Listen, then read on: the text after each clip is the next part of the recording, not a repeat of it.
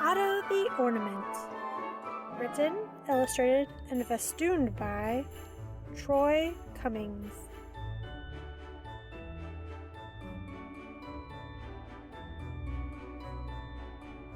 It was the night before Christmas. A jumble of happy ornaments were nestled all snug in their tree, singing songs, playing games, and mostly just, hanging around. Life for the ornaments was peaceful and calm. Until the new guy showed up. Merry Christmas, bulbs and bubbles! I'm Otto. I'm here to bedeck the heck out of your tree.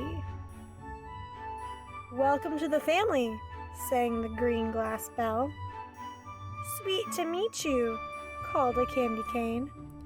Ho, ho, hope you like it here, laughed a wooden Santa. There's a jolly branch for you right here in the middle of our tree. The middle? There must be some kind of mistake, said Otto, scratching his cap. I mean, the middle of the tree is fine if you're only got one or two colors. Or you're missing a button. Aw, snap. Or you're all cracked up. Nuts. Or you're not even an ornament. But a superstar like me belongs on the top of the tree, said Otto.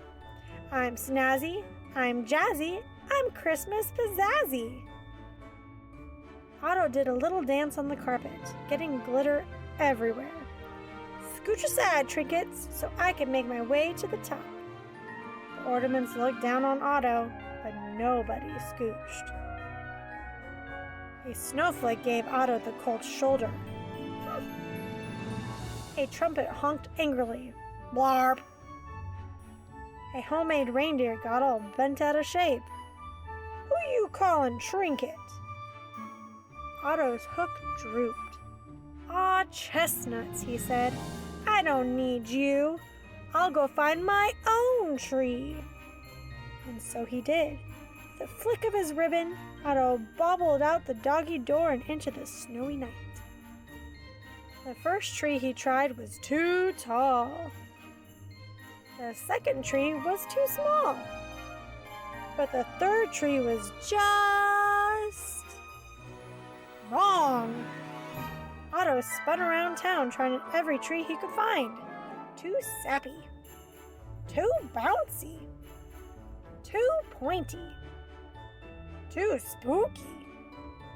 Ugh, too smelly. Too occupied. Ah, frankincense, said Otto. None of those trees were right for me, and that's when he saw the light. Sweet Blitzen, said Otto, a Christmas festival. It was the ritziest, glitziest party Otto had ever seen. There was food and music and ice skating and eggnog, and towering above it all, a spectacular Christmas tree made entirely of lights. Otto's eyes grew wide and sparkly. Oh, holy night, he whispered. I've found my tree. Otto swung his way up the twinkling tree. He teetered at the top, beaming at the crowd below. Look at me! I'm a star! But nobody looked up. They were too busy singing songs, playing games, and mostly just, hanging around. Otto blinked. On the outside, he looked merry and bright. But on the inside, he felt hollow. What's the point of being at the top if I don't have anyone to share it with? He said to himself. He lowered his head, his hook drooped, and what happened next was a total shock. Zap! Boing! Clonk! Biff! Boop! Bop! Snatch! Drop! Eek! Poof! Scrap! Scruff! Kick! Slap! Bonk! rattle, clatter, crack. Otto had hit rock bottom. His hook was bent, his ribbon was missing, his cap was dented, his side was cracked, and his snazzy, jazzy paint had almost been scraped away. Ah, humbug, Otto moaned. Now I am so plain, so ordinary. I'm a mess. And that's when he noticed something else in the darkness, something dirty and ragged and lost. Mew. A mitten, said Otto. How did you wind up in the gutter? The mitten rubbed against Otto and purred. Otto gasped. Jumping jingle bells! I know exactly where you belong. Otto used his hook to help the mitten climb from the gutter. Then they hitched a ride home. Otto rolled back into the living room with his mitten in tow. Otto? Is that you? Said the green glass bell. You look a bit rattled, said the candy cane. And who's your woolly friend? Asked the wooden Santa. She looks familiar. Otto looked down at the floor.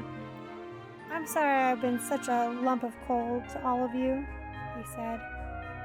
But I had to come back. I knew this lost little mitten would feel right at home in your tree. I think you mean our tree, said the gingerbread bear. With a loop of tinsel, the ornaments lifted Otto and the mitten onto the tree. The mitten scampered over to her partner. They each gave Otto a big thumbs up. And Otto did something he had never done before. There, in the glow of the light, he closed his eyes, he took a breath, and he reflected. His shiny silver surface showed what was special about each of his friends. Otto wasn't at the top of the tree, he was in the middle, surrounded by his new family, right where he belonged.